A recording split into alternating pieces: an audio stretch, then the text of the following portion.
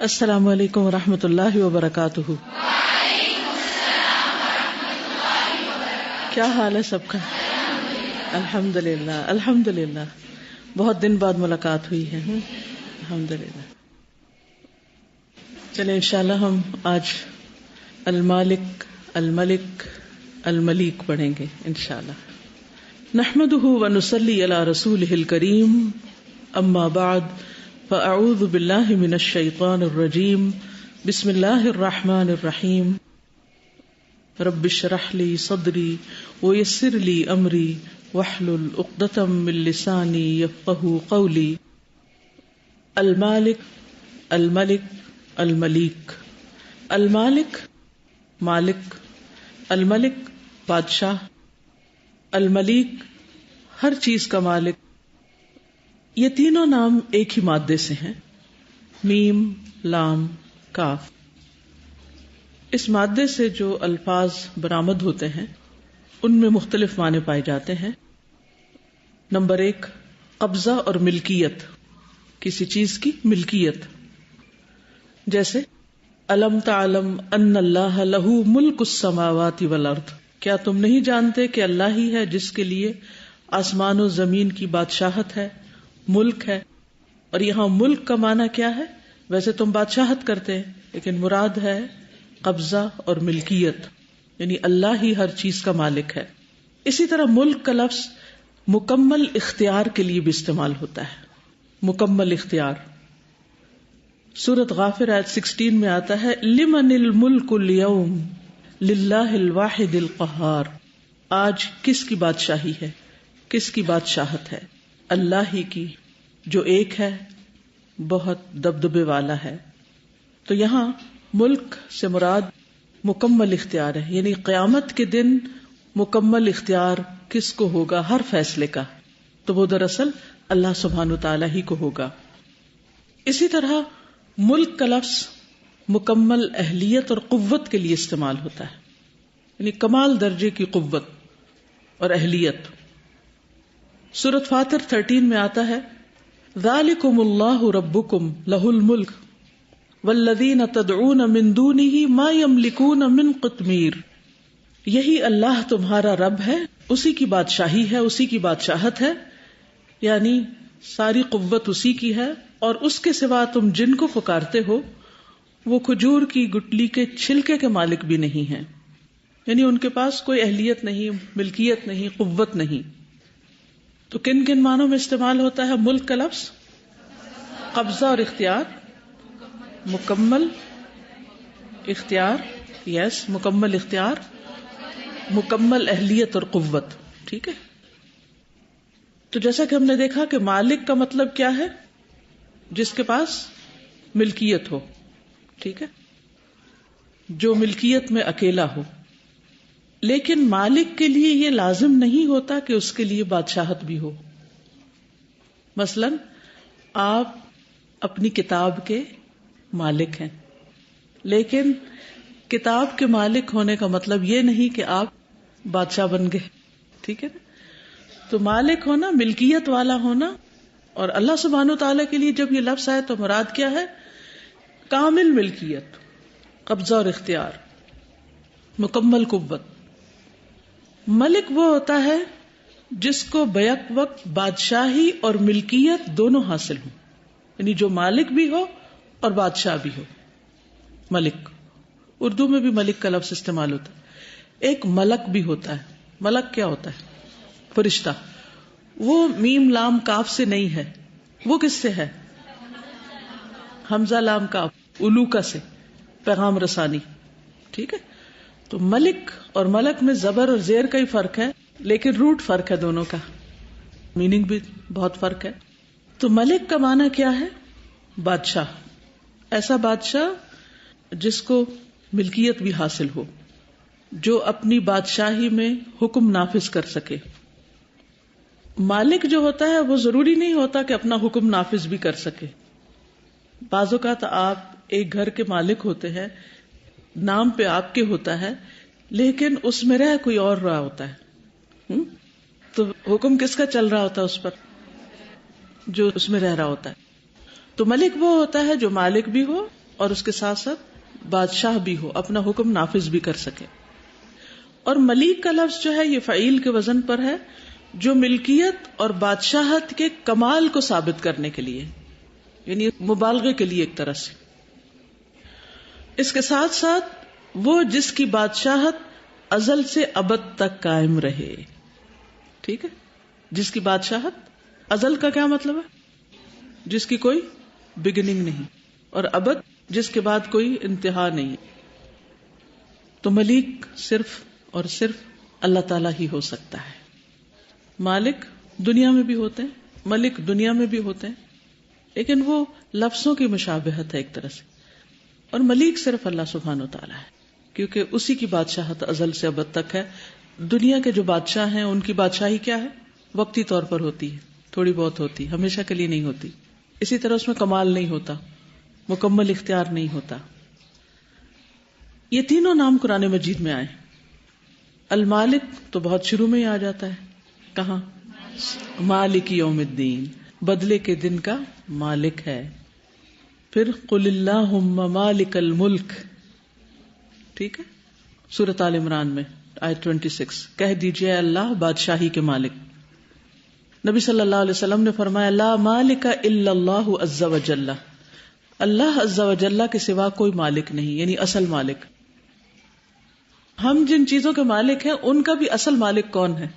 اللہ سبحانہ تعالی. ہمارے پاس تو یہ امانت کے طور پر ہے، عارضی طور پر ہے.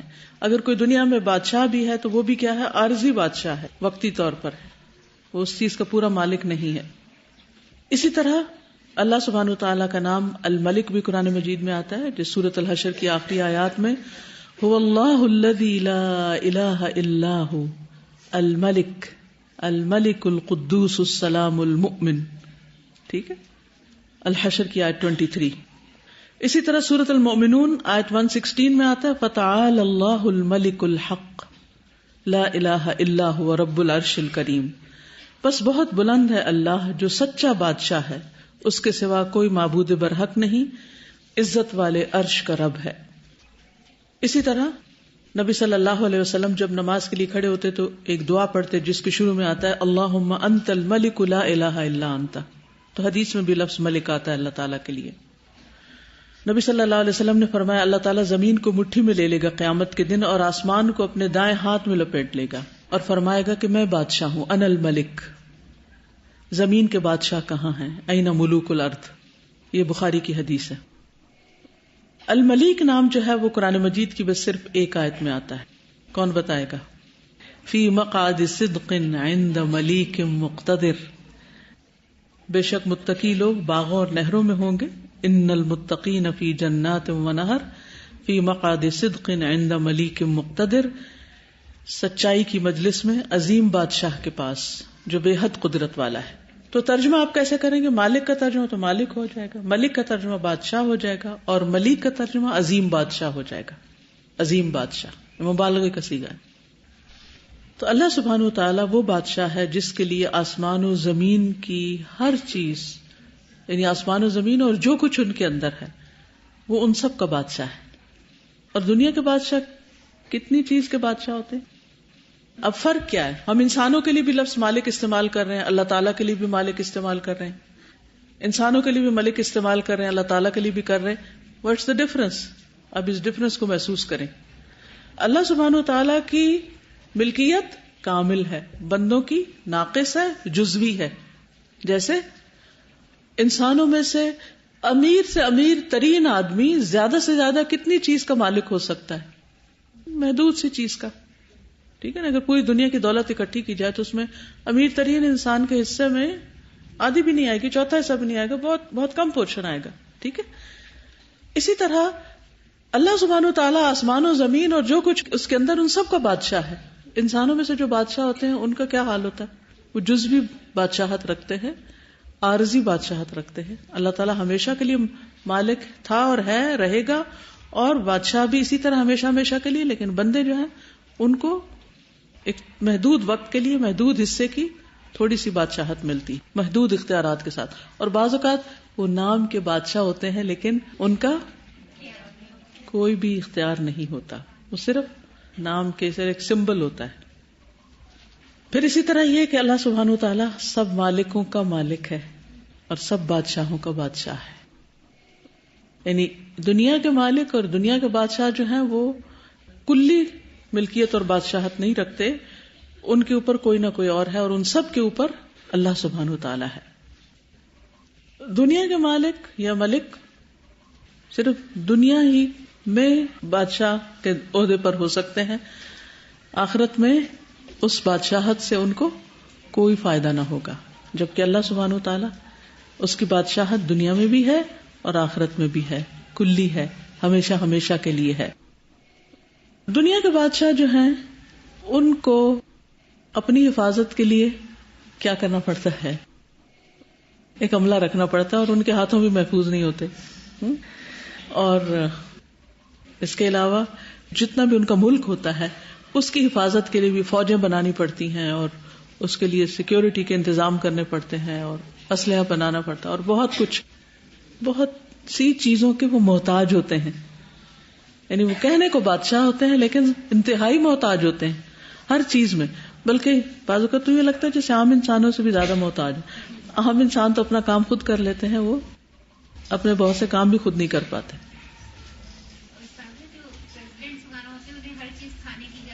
ہر چیز کھانے کی اجازت نہیں ہوتی، ہر جگہ جانے کی اجازت نہیں ہوتی. ان کے اختیارات بہت ہی محدود ہوتے ہیں، کہ دیکھنے کو کچھ چیزوں میں ہوتے بھی ہیں لیکن اگر دیکھا جائے تو ریسٹرکشنز بھی عام لوگوں سے کہیں زیادہ ہوتی ہیں. اللہ سبحانہ و تعالیٰ کے اختیارات کی تو کوئی حد ہی نہیں، اس کو کسی چیز کی حفاظت تھکاتی ہی نہیں. وَلَا يَئُودُهُ حِفْظُهُمَا وَهُوَ الْعَلِيُّ الْعَظِيمُ، ہر چیز پر بلند ہے، بہت بڑا ہے، بہت عظمت والا ہے. اور فرق کیا ہے؟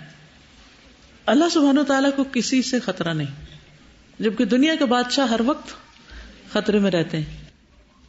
پھر اللہ سبحانہ و تعالیٰ اپنی بادشاہت میں جیسے چاہتا ہے تصرف کرتا ہے، جبکہ دنیا کے بادشاہ ان کے لیے کوٹا مقرر ہوتا ہے، یا ان کے لیے بھی کچھ پالیسیز اور پروسیجرز ہوتے ہیں. کہیں کہیں تھوڑا بہت اختیار زیادہ ہوتا ہے لیکن عام طور پر کلی مختار نہیں ہوتے. ان کو کن کے مشورے کی ضرورت ہوتی ہے؟ وزیروں کے.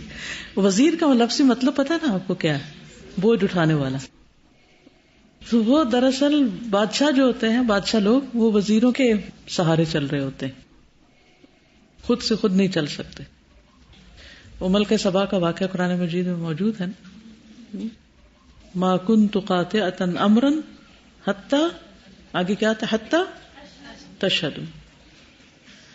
پھر اسی طرح یہ ہے کہ اللہ سبحانہ وتعالی کو اگر کوئی کام کرنا ہوتا ہے یا کروانا ہوتا ہے تو اس کو صرف کن چاہیے.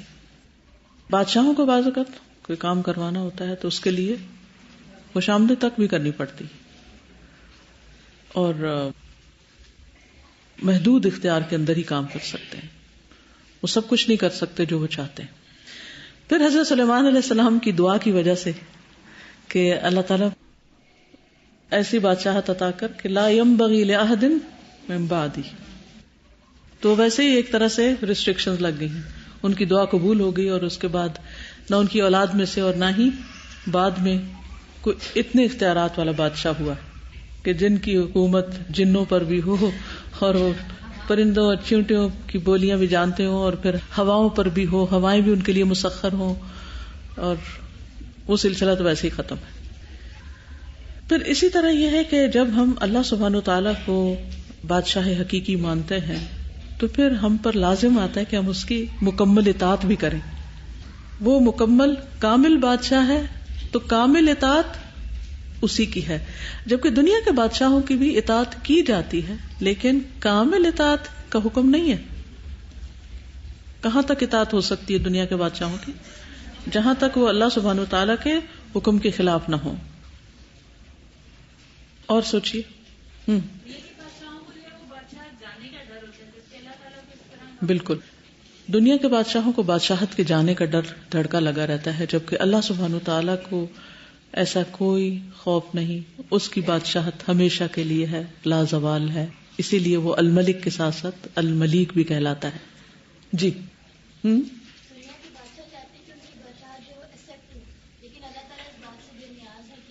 کوئی مانتا یا نہیں وہ اپنے آپ قابل تعریف ہے اور اس کی بادشاہت اسٹیبلشڈ ہے.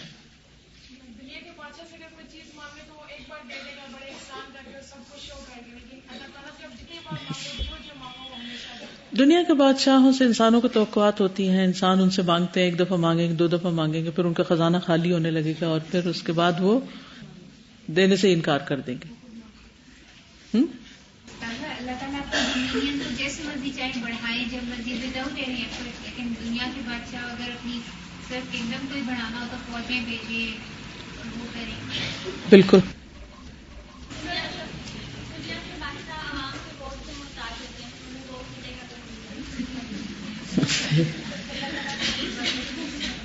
ٹھیک ہے.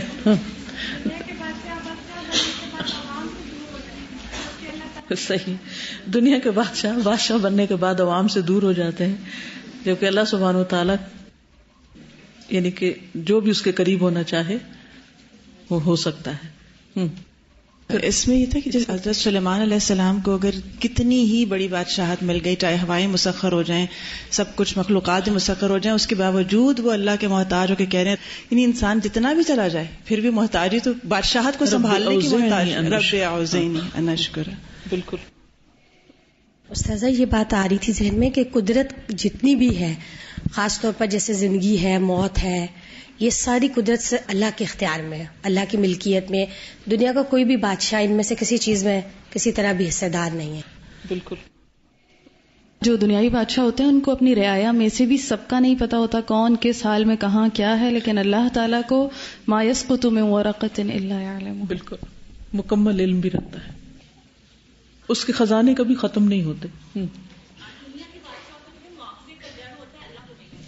کس کا ڈر؟ مواخذے کا. یس.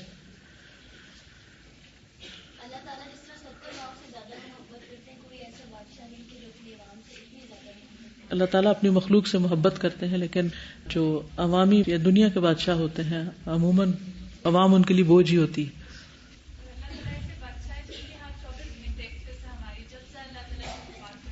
بالکل.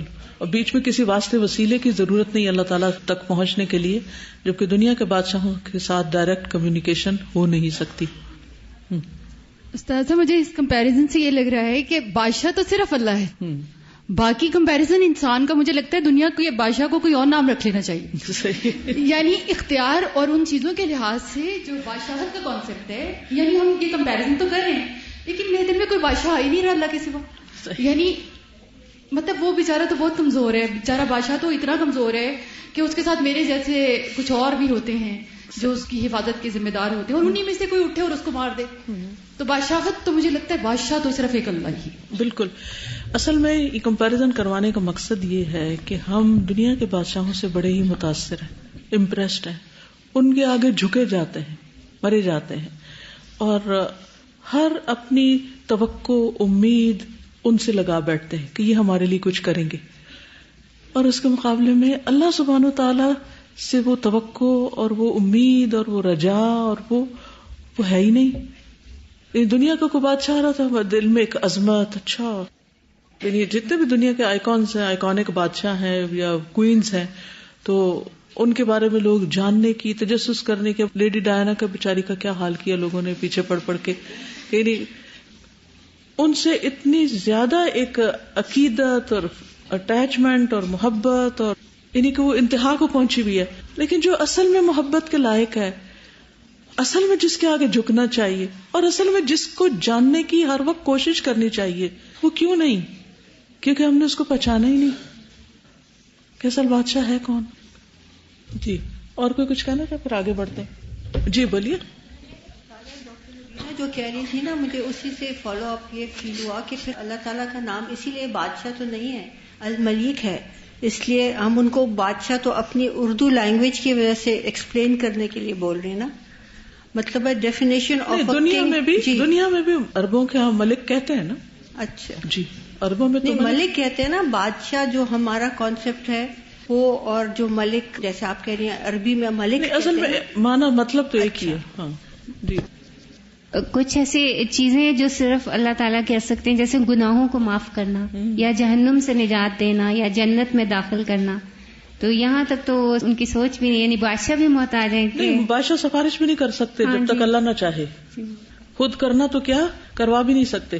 جی سادہ فقہ القلوب میں نا حکمت کا آج کل چیپٹر چل رہا ہے، تو یہاں میں دیکھ رہی تھی کہ جب وہ بتا رہے تھے کہ کوا بنانے میں یا جاندار بنانے میں ہر چیز میں ایک حکمت ہے. جب فیصلہ نافذ کر دیا اس کے بعد ہمیں اس کی حکمتیں پتہ چلتی ہیں. ابلیس کو بنانے میں حکمت ہے، اور کیا حکمتیں بعض لوگوں کو سمجھ نہیں آتی، لیکن یہ صرف جاننا اور تسلی دے دیتا ہے کہ اللہ الحکیم ہے، اور میری زندگی میں جو کچھ آ رہا ہے، یہ میں جس عہد میں جی رہی ہوں، میں نبی صلی اللہ علیہ وسلم کے عہد میں نہیں ہوں، اس عہد میں ہوں، تو ایک خاص مقصد ہے. تو یہ چیز دنیا کے بادشاہوں میں تو بالکل بھی چیز نہیں. ہم ان کے پروجیکٹس کو بعد میں انالائز کرتے رہتے ہیں، بکس کے بکس آئے ہوتے ہیں کہ یہ اس نے ڈیسیژن میکنگ صحیح نہیں کی تھی، اور وہ بھی بعد میں شرمندہ ہوتے رہتے ہیں. تو یہ چیز ایک دنیا کی ہسٹری اگر آپ پڑھیں تو بادشاہ اور جتنی پاور ہے، یعنی بادشاہ اصل میں پاور کی ایک علامت ہے نا، تو اصل پاور تو اللہ کے پاس ہے، یہ تو مانی ہوئی بات ہے. لیکن دنیا میں جب بھی کسی کو پاور ملی ہے تو اینڈ کیا ہوا، نتیجہ کیا ہوا ہے، اور مختلف پاورز آپس میں ٹکراتی ہی نہیں ہے.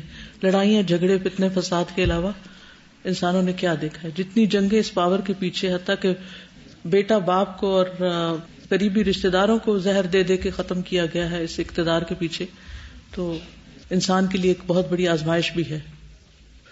تو بہرحال اللہ سبحانہ وتعالی حقیقی بادشاہ ہے.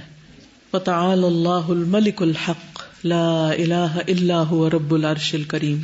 اسی لیے اس کا کوئی بھی کام بیکار نہیں، بے معنی نہیں، حکمت سے خالی نہیں. اسی لیے فرمایا افحسبتم انما خلقناکم عبثا وانکم الینا لا ترجعون فتعالى اللہ الملک الحق لا الہ الا هو رب العرش الکریم. تو کیا تم نے گمان کر لیا کہ ہم نے تمہیں بے مقصد ہی پیدا کیا ہے، اور یہ کہ بے شک تم ہماری طرف لوٹائے نہیں جاؤ گے؟ بس بہت بلند ہے اللہ جو سچا بادشاہ ہے، اس کے سوا کوئی معبود نہیں، عزت والے عرش کا رب ہے. تو اللہ سبحانہ وتعالی وہ مالک ہے جو ہر چیز کی ملکیت رکھتا ہے. زمین و آسمان کی ساری چیزیں اسی کی ملکیت ہیں. کچھ بھی، چھوٹی سے چھوٹی چیز اور بڑی سے بڑی چیز، ہر چیز اس کی ہے. انسان جب یہ سمجھ لیتا ہے تو پھر اس کی سوچ بدل جاتی ہے. دنیا کی حرص اور محبت ختم ہوتی ہے، کیونکہ وہ ہر چیز کو جو بھی اس کو ملا ہے، مثلا آپ کے پاس کوئی بھی چیز ہے، جب آپ ہر چیز کو اس طرح دیکھتے نا کہ یہ تو اللہ کی ہے، میری تھوڑی. ہاں وما بکم من نعمت فمن اللہ، تمہارے پاس جو بھی کوئی نعمت ہے وہ اللہ کی طرف سے ہے. پھر جب اللہ تعالیٰ اس نعمت کو لے لیتا ہے واپس تو پھر انسان اس طرح دکھی نہیں ہوتا، کہتا ہے وہ جس کی تھی اس نے لے لی. انا للہ و انا الیہ راجعون. اولاد ہو، مال و متاع ہو، کوئی عہدہ ہو، کوئی عزت ہو، کیونکہ اصل عزت بھی اللہ کے لیے، ان العزت للہ جمیعا. کوئی بھی چیز، ہر چیز مالک تو وہ ہے. اگر یہ ہماری زبان پہ چڑھ جائے اور ہمارا ایک محاورہ بن جائے کہ مالک تو وہ ہے، مالک تو وہ ہے، اصل میں تو اس کا ہے، میرا تو نہیں ہے، کوئی بھی چیز، تو زندگی راحت سے بھر جائے. ہر چیز کے اندر انسان پھر سوچ سمجھ کے تصرف کرے کہ جتنے دن میرے پاس ہے میں اس کا بہترین استعمال کروں، کیونکہ ہمیشہ کے لیے نہیں ہے، واپس جانے والی ہے. چاہے صحت ہو، جوانی ہو، عمر ہو، زندگی ہو، کچھ بھی ہو، ہر ایک چیز. پھر ان نعمتوں کی قدر بھی آئے. یہ جب ہم ان کو پوزیشن میں لے لیتے ہیں کہ ہماری ہے تو میں سمجھتا ہوں ہمیشہ کے لیے ہماری ہو گئی، اور پھر کبھی اس کی ناقدری کرتے ہیں، بے قدری کرتے ہیں، کبھی اس کو مس یوز کرتے ہیں، کبھی اس کو اصل مالک کی مرضی کے خلاف استعمال کرتے ہیں، تو ان چیزوں کو بھی حق ادا نہیں کرتے. تو اصل ملکوت اللہ کی ہے. فسبحان الذی بیدہ ملکوت کل شیء والیہ ترجعون. پاک ہے وہ ذات جس کے ہاتھ میں ہر چیز کی ملکیت ہے، ہر چیز کی حکومت ہے، اور اسی کی طرف تم لوٹائے جاؤ گے. للہ ملک السماوات والارض وما فیہن وہو علی کل شیء قدیر. سورۃ المائدہ. آسمانوں اور زمین اور جو کچھ ان میں ہے سب اللہ کی ملکیت ہے، اور وہ ہر چیز پر قدرت رکھتا ہے. پھر یہ کہ اس کی ملکیت میں کوئی شریک بھی نہیں. وَلَمْ يَكُنْ لَهُ شَرِيكٌ فِي الْمُلْكِ. سورۃ الفرقان. اور نہ کبھی بادشاہی میں کوئی اس کا شریک رہا ہے اور نہ آئندہ کبھی ہوگا. پھر وہ ایسا مالک ہے، ایسا ملیک ہے کہ زمین و آسمان کے سارے خزانے اسی کے ہیں. کسی بھی دنیا کے بادشاہ کے لیے یا بڑے کے لیے خزانے کا ہونا ضروری ہے، اس کے بغیر اس کی بادشاہت نہیں چلتی نا. لیکن اللہ سبحانہ وتعالی سارے خزانے اس کے، وَإِن مِّن شَيْءٍ إِلَّا عِندَنَا خَزَائِنُهُ وَمَا نُنَزِّلُهُ إِلَّا بِقَدَرٍ معلوم. سورۃ الحجر 21. کوئی بھی چیز ایسی نہیں جس کے خزانے ہمارے پاس نہ ہوں، اور اسے ہم ایک جانی پہچانی مقدار کے مطابق ہی نازل کرتے ہیں. کوئی بھی چیز ختم نہیں ہونے والی، کم نہیں ہونے والی. یعنی عام طور پر کیا ہوتا ہے دنیا میں، جب کسی چیز کی کنزمپشن زیادہ ہو جاتی ہے ریسورسز کی، تو سارے خوف زدہ ہونے لگتے ہیں کہ اب یہ تیل جو ہے وہ 60 سال کے لیے رہ گیا اور گیس جو ہے وہ 100 سال کی رہ گئی ہے. مثال کے طور پر، یہ نہیں کہ میں فیکٹ بتا رہی ہوں، یعنی عموماً اس طرح کی باتیں اڑتی رہتی ہیں. اب یہ چیز بس اتنے سالوں کے لیے ہے اور اب انسان کم پیدا کیے جانے چاہیے کیونکہ کچھ عرصے تک غذائی قلت ہو جائے گی، زمین زیادہ اگانا بند کر دے گی، تو پھر ہم اس طرح کی باتیں کرتے ہیں. جبکہ اللہ سبحانہ وتعالیٰ کا فرمان کیا ہے کہ کوئی چیز ایسی نہیں جس کے خزانے نہ ہو ہمارے پاس، بس یہ کہ ہم جہاں جہاں جتنی ضرورت ہے اس کے مطابق دیتے رہتے ہیں، اتارتے رہتے ہیں. پھر یہ ہے کہ وہ اپنی ساری مخلوق کی ضروریات جو بھی جس طرح کی بھی ہیں، مختلف قسم کی ضروریات وہ پوری کرتا رہتا ہے. نبی صلی اللہ علیہ وسلم نے فرمایا جب رات کا 1/3 حصہ گزر جاتا ہے تو اللہ تعالیٰ آسمانی دنیا پر نزول فرماتے ہیں اور اعلان کرتے ہیں انا الملک انا الملک، میں بادشاہ ہوں، میں بادشاہ ہوں. کون ہے جو مجھ سے دعا کرے کہ اسے قبول کر لوں؟ کون ہے جو مجھ سے سوال کرے کہ میں اسے عطا کر دوں؟ کون ہے جو مجھ سے بخشش طلب کرے کہ میں اسے بخش دوں؟ یہ اعلان مسلسل طلوع فجر تک ہوتا رہتا ہے. کچھ احادیث میں آخری حصے کا ذکر ہے، کچھ میں پہلے حصے کا بھی ہے. پھر اسی طرح یہ ہے کہ نہ صرف چیزوں کا مالک اللہ ہے بلکہ زندگی اور موت کا مالک بھی وہی ہے. نمرود بادشاہ اور ابراہیم علیہ السلام کے درمیان جو مکالمہ ہوا تھا، اس میں ابراہیم علیہ السلام نے کیا کہا تھا، کیا دلیل پیش کی تھی؟ نمرود نے کیا کہا تھا کہ میں بادشاہ ہوں، انا احیی و امیت. تو اس نے کیا کیا، جیل خانے سے 2 قیدی بلوا کے ایک کو چھوڑ دیا اور ایک کو مار دیا اور کہا دیکھو میں مارتا ہوں اور میں زندہ کرتا ہوں. تو اس پر ابراہیم علیہ السلام نے کہا کہ میرا رب تو سورج کو مشرق سے نکالتا ہے، تو مغرب سے نکالنا. فبہت الذی کفر. یہ ہے اصل صاحب اختیار اور ہر چیز میں اختیار رکھنے والا کہ جو سورج کو مشرق سے نکالتا ہے. پھر اسی طرح یہ ہے کہ انسانوں کی تخلیق کا مرحلہ ہو، یہ کسی بھی چیز کی تخلیق، زمین و آسمان کی تخلیق، اس سب میں کوئی اس کا شریک نہیں.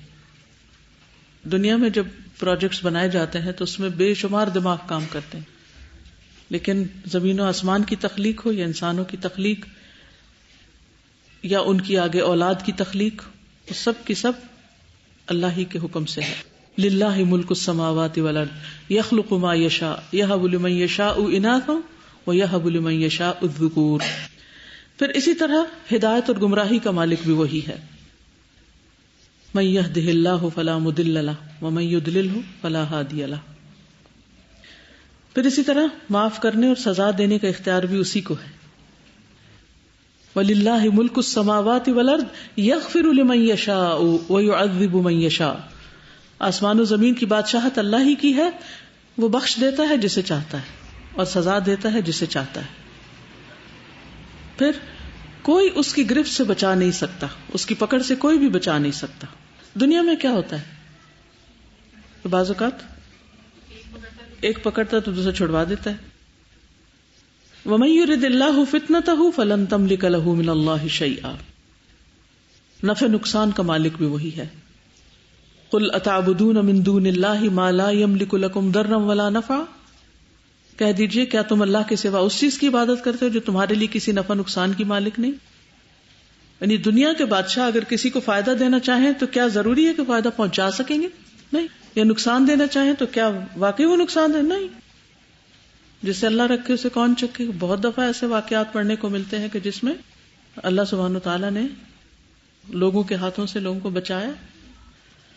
پھر اسی طرح اس کے سوا تکلیف بھی کوئی نہیں ہٹا سکتا. فلا یملکون کشف الضر عنکم ولا تحویلا. اللہ کے سوا جو دوسرے معبود تم پکارتے ہو تمہاری تکلیف ہٹانے کے قابل نہیں ہے، نہ ہٹا سکتے نہ بدل سکتے ہیں. حقیقی بادشاہ بھی اللہ سبحانہ وتعالی ہی ہے، کیونکہ ابھی ہم نے جس طرح کی باتیں کی کہ اس کی بادشاہت ہمیشہ رہے گی، پھر اس کو کسی کی مدد کی ضرورت نہیں، وَيَبْقَى وَجْهُ رَبِّكَ ذُو الْجَلَالِ وَالْإِكْرَامِ، پھر اس جیسی قدرت کسی کے پاس نہیں۔ دنیا میں اللہ سبحانہ وتعالیٰ نے اگر انسانوں کو بادشاہت دی ہے تو وہ ان کے لیے سراسر آزمائش ہے، یعنی کوئی نعمت نہیں ہے۔ ہم عام طور پہ سمجھتے ہیں کہ کوئی بھی عہدہ یا کسی بڑے مقام پہ پہنچنا کوئی بہت بڑے فائدے کی بات ہے، حقیقت میں ان کے لیے آزمائش ہے اور ایک بوجھ ہے، جبکہ اللہ سبحانہ وتعالیٰ کے لیے اس میں سے کوئی بھی چیز نہیں ہے۔ اس میں دنیا میں اللہ تعالیٰ نے دو طرح کے لوگوں کو بادشاہت دی ہے، ان میں سے ایک تو نیک اور متقی تھے، جیسے داؤد علیہ السلام، سلیمان علیہ السلام، اور کون؟ اس حساب سے بادشاہت آپ نے اپنے آپ کو کبھی نہیں کہا، لیکن یہ ہے کہ جیسے وقتاً فوقتاً عادل بادشاہ مسلمانوں کے اندر گزرے ہیں۔ طالوت کو اللہ تعالیٰ نے بادشاہت دی تھی، ٹھیک ہے، آل ابراہیم کو بادشاہت دی، وَآتَيْنَاهُمْ مُلْكًا عَظِيمًا، یوسف علیہ السلام کو رب قد آتیتنی من الملک وعلمتنی من تأویل الاحادیث۔ تو جتنے بھی نیک بادشاہ ہیں یہ ہمیشہ بادشاہت پانے کے بعد شکر گزار رہے ہیں، اللہ تعالیٰ کے اطاعت گزار رہے ہیں، اپنے اختیارات کو اللہ تعالیٰ کے اختیارات کے تابع کیا ہے، انہوں نے بادشاہت کی حرص نہیں کی، کبھی ان کے اندر تکبر اور غرور نہیں آیا، انہوں نے لوگوں کے اوپر ظلم نہیں کیا، انہوں نے دنیا کی نسبت آخرت کو ترجیح دی اور اپنے اختیار اور اقتدار کو آخرت کی کامیابی اور اللہ کی رضا حاصل کرنے کا ذریعہ بنایا، اور اس سے انسانوں کی خدمت کی، انسانوں کے کام آئے۔ اس کے برعکس جو دوسری طرح کے بادشاہ ہیں، غیر مومن کہہ لیں یا اللہ سے نہ ڈرنے والے، ان میں سے کون کون ہے؟ جیسے فرعون، نمرود، قارون بادشاہ نہیں تھا، وہ ویسے مالدار آدمی تھا، بخت نصر وغیرہ جو ہیں جنہوں نے خوب فساد کیا، بالکل جی۔ فرعون کے اندر آپ دیکھیں انتہا درجے کی سرکشی تھی، انسانوں کے ساتھ ظلم و ستم اس نے کیا، اور اپنے آپ کو ہر چیز کا مالک سمجھنے لگا، بہت دھوکے میں بھی تھا۔ الیس لی ملک مصر وہذہ الانہار، کیا مصر کی بادشاہت میری نہیں اور یہ نہریں جو بہ رہی ہیں یہ میری نہیں؟ نمرود کو بھی جو بادشاہی ملی تو اس کی وجہ سے وہ سرکش بن گیا تھا۔ الم تر الی الذی حاج ابراہیم فی ربہ ان آتاہ اللہ الملک، تم نے دیکھا نہیں کہ ابراہیم علیہ السلام کے ساتھ جس نے جھگڑا کیا اپنے رب کے بارے میں، وہ اس بنا پر تھا کہ اللہ نے اس کو بادشاہت دی تھی۔ پھر یہ ہے کہ اللہ سبحانہ وتعالی مالک یوم الدین ہے، اس دن کا بادشاہ بھی ہے، مالک بھی ہے، ملیک بھی ہے، ٹھیک ہے، تینوں چیزیں اللہ سبحانہ وتعالی ہی کے لیے ہیں۔ الملک یومئذ الحق للرحمن وکان یوما علی الکافرین عسیرا، اس دن حقیقی بادشاہت رحمان کی ہوگی اور یہ دن کافروں کے لیے بہت سخت ہوگا۔ اس دن کے سارے فیصلے اور اختیارات اللہ تعالیٰ کے پاس ہوں گے۔ بل امر یومئذ للہ، تمام مخلوق گھٹنوں کے بل گری ہوئی ہوگی، اللہ سبحانہ تعالیٰ کے سامنے جھکی ہوئی ہوگی، چہرے جھکے ہوئے ہوں گے۔ وعنت الوجوہ للحی القیوم، یعنی اس کی بادشاہت ایسی ہے کہ کوئی اس کے سامنے سرکشی وہاں نہیں دکھا سکے گا۔ دنیا میں جو محدود اختیار ہے اس کی بنا پر انسان اپنے آپ کو بڑی چیز سمجھ لیتا ہے، لیکن وہاں کوئی ایسا نہیں کر سکے گا، نظریں جھکی ہوئی ہوں گی لوگوں کی۔ اب سوال یہ پیدا ہوتا ہے کہ اگر اللہ سبحانہ تعالیٰ دنیا اور آخرت کا بادشاہ ہے تو پھر ہمارا معاملہ اس کے ساتھ کیا ہونا چاہیے، کیسا ہونا چاہیے؟ یہ نام ہمیں کیا سکھاتا ہے، یا اللہ تعالیٰ کی اس اعتبار سے پہچان جو ہے اس کی کیا امپلیکیشنز ہیں، ہمیں کیا کرنا چاہیے؟ نمبر 1، عبد بن کر رہیں، غلام بن کر رہیں، جیسے بادشاہ کے غلام ہوتے ہیں، ہمیں اللہ کا غلام بن کر رہنا ہے، عاجزی اختیار کریں۔ یعنی دنیا میں کوئی بڑے سے بڑا بھی عہدہ مل جائے، مال و دولت مل جائے، کوئی نعمت مل جائے، کوئی اختیار مل جائے، کسی بھی کیپیسٹی میں، چھوٹی میں یا بڑی میں، اس کو پا کر کبھی تکبر اور سرکشی نہ آئے۔ اسے ایک امانت سمجھا جائے، اسے ایک آزمائش سمجھا جائے، ایک امتحان سمجھا جائے، ایک بوجھ سمجھا جائے، ایک ذمہ داری سمجھی جائے. کیونکہ دنیا کی بادشاہت یا کوئی بھی جو عہدہ ہے وہ کیا ہے؟ وہ نعمت نہیں ہے، وہ امتحان ہے. اس کو اسی طرح لیا جائے. مالک کا مملوک بن کے رہیں چاہے کہیں بھی پہنچے. اللہ کے رسول صلی اللہ علیہ وسلم نے عبد بن کے رہنا پسند کیا، حالانکہ وہ سارے رسولوں سے بڑے رسول تھے. ابو ہریرہ سے مروی ہے کہ ایک مرتبہ جبریل علیہ السلام نبی صلی اللہ علیہ وسلم کے پاس بیٹھے ہوئے تھے کہ اچانک ان کی نظر آسمان پر پڑی. انہوں نے دیکھا کہ ایک فرشتہ اتر رہا ہے. جبریل نے نبی صلی اللہ علیہ وسلم سے کہا، یہ فرشتہ جب سے پیدا ہوا ہے اس وقت سے لے کر اب تک کبھی زمین پر نہیں اترا، یعنی پہلی دفعہ آیا. جب وہ نیچے اتر کر آیا تو کہنے لگا، اے محمد صلی اللہ علیہ وسلم، مجھے آپ کے رب نے آپ کی طرف یہ پیغام دے کر بھیجا ہے کہ وہ آپ کو بادشاہ بنا کر نبوت عطا کرے یا اپنا بندہ بنا کر رسالت عطا کرے، یعنی ان دو میں سے کیا چاہتے ہیں. جبریل علیہ السلام نے عرض کیا، اے محمد اپنے رب کے سامنے تواضع اختیار کیجیے. نبی صلی اللہ علیہ وسلم نے فرمایا، بادشاہ نہیں بلکہ بندہ بنا کر رسالت عطا کرے. تو آپ نے اپنے لیے کیا پسند کیا؟ بندگی اور رسالت، نبوت اور بادشاہت نہیں. پھر اسی طرح یہ ہے کہ انسان اپنے اعمال اور افعال میں بھی عاجزی اختیار کرے، چاہے کسی بھی مقام پہ پہنچ جائے، ہمبل رہے. نبی صلی اللہ علیہ وسلم زمین پر بیٹھ کر کھا لیتے تھے، زمین پر سو جاتے تھے، عام انسانوں کی طرح رہتے تھے، حالانکہ آپ کا مقام بہت بڑا تھا. اسی طرح چونکہ اصل بادشاہ اللہ ہے، اس لیے کسی کو اپنا لقب شہنشاہ نہیں رکھنا چاہیے، ملک الاملاک نہیں رکھنا چاہیے کہ سب بادشاہوں کا بادشاہ. شہنشاہ کا کیا مطلب؟ کچھ لوگ نام بھی رکھتے ہیں، آپ میں سے تو کسی کا نہیں. ایک عورت کا نام بھی یہ میں نے سنا، بلکہ اس سے ملی بھی. تو بعض لوگ شہناز رکھتے ہیں، شاہناز. جی شہناز، اصل میں تو شہناز ہے نا، شہناز جس کو ہم بولتے ہیں نا. جی ہے جی، نبوت اور رسالت میں فرق ہے، جو نبی اور رسول میں فرق ہے. جی تو نہیں، غلط تو نہیں ہے، لیکن اتنا بہت اچھا بھی نام نہیں ہے. یعنی اب جس کا ہو وہ پریشان نہ ہو، لیکن یہ ہے کہ آپ دیکھیں نا، یعنی بادشاہ کا ناز، شاہ ناز، ناز اور فخر کی بات آتی ہے نا اس میں، تو ناز کس بات کا؟ ناز نخرے. پھر اسی طرح یہ ہے کہ اللہ سبحانہ و تعالیٰ اگر آپ کو، کیونکہ کلکم راعٍ کلکم مسئول عن رعیتہ، ہر شخص کو کوئی نہ کوئی اختیار، کوئی نہ کوئی عہدہ، کوئی نہ کوئی ذمہ داری ملتی ہے، تو اس صورت میں انسان ان ذمہ داریوں کی حفاظت کرنے والا ہو. یعنی اگر کہیں کسی کو کوئی عہدہ ملا ہے تو پھر اس کی حفاظت کرے، اس ذمہ داری کو پورا کرے. اس بات کا خیال رکھے کہ اس سے اللہ کے ہاں جواب دہ ہونا ہے. وہ کلی بادشاہ نہیں ہے کہ وہ کسی کے آگے جواب دے نہیں. اگر دنیا میں کسی کے آگے آپ جواب دے نہیں بھی تو اللہ کے آگے آپ بہرحال جواب دے ہیں. تو کہیں جان چھوٹی ہوئی نہیں، اپنی ملکیت کا حساب دینا ہوگا. اس لیے ملکیت میں بے جا تصرف نہیں کرنا چاہیے. اختیارات کو، نعمتوں کو، ریسورسز کو صحیح طور پر استعمال کرنا چاہیے، مس یوز نہیں کرنا چاہیے. بلا وجہ پانی ضائع کرنا، بجلی ضائع کرنا، یعنی ہمارے اختیارات میں تو یہی ہے نا کہ ہم بتی بجھا دیں، پانی کی ٹیپ بند کر دیں، ہر چیز کو ایک اعتدال کے ساتھ استعمال کریں. انسان کو تو اپنے مال پر بھی پورا اختیار نہیں. ہم اپنا مال اپنی مرضی سے ہر چیز میں استعمال نہیں کرتے، اس کے بارے میں بھی سوال ہوگا، حساب ہوگا.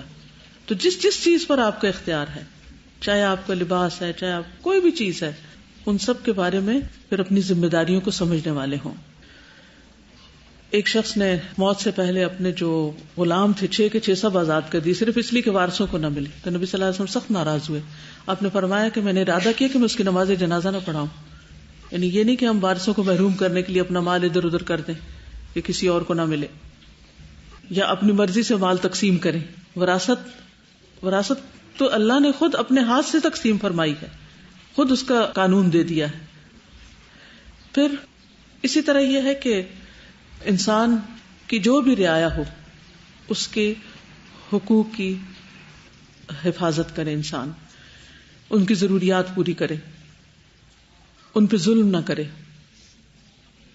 مثلا جو بھی سب آرڈینیٹس ہیں، یا چاہے کوئی غلام ہو، چاہے کوئی خادم ہو، چاہے کوئی کسی کے انڈر کام کر رہا ہو، تو کسی کے ساتھ بھی ظلم اور زیادتی نہ کی جائے کہ چونکہ مجھے اس پر اختیار ہے تو میں جیسے چاہوں اس کی اپریزل خراب کر دوں، یا جس کا چاہوں میں ترقی روک دوں، جس کی چاہوں میں انکریمنٹ روک دوں. یا بعض اوقات ہمارے ہاں اختیارات کا غلط استعمال کیا جاتا ہے نا.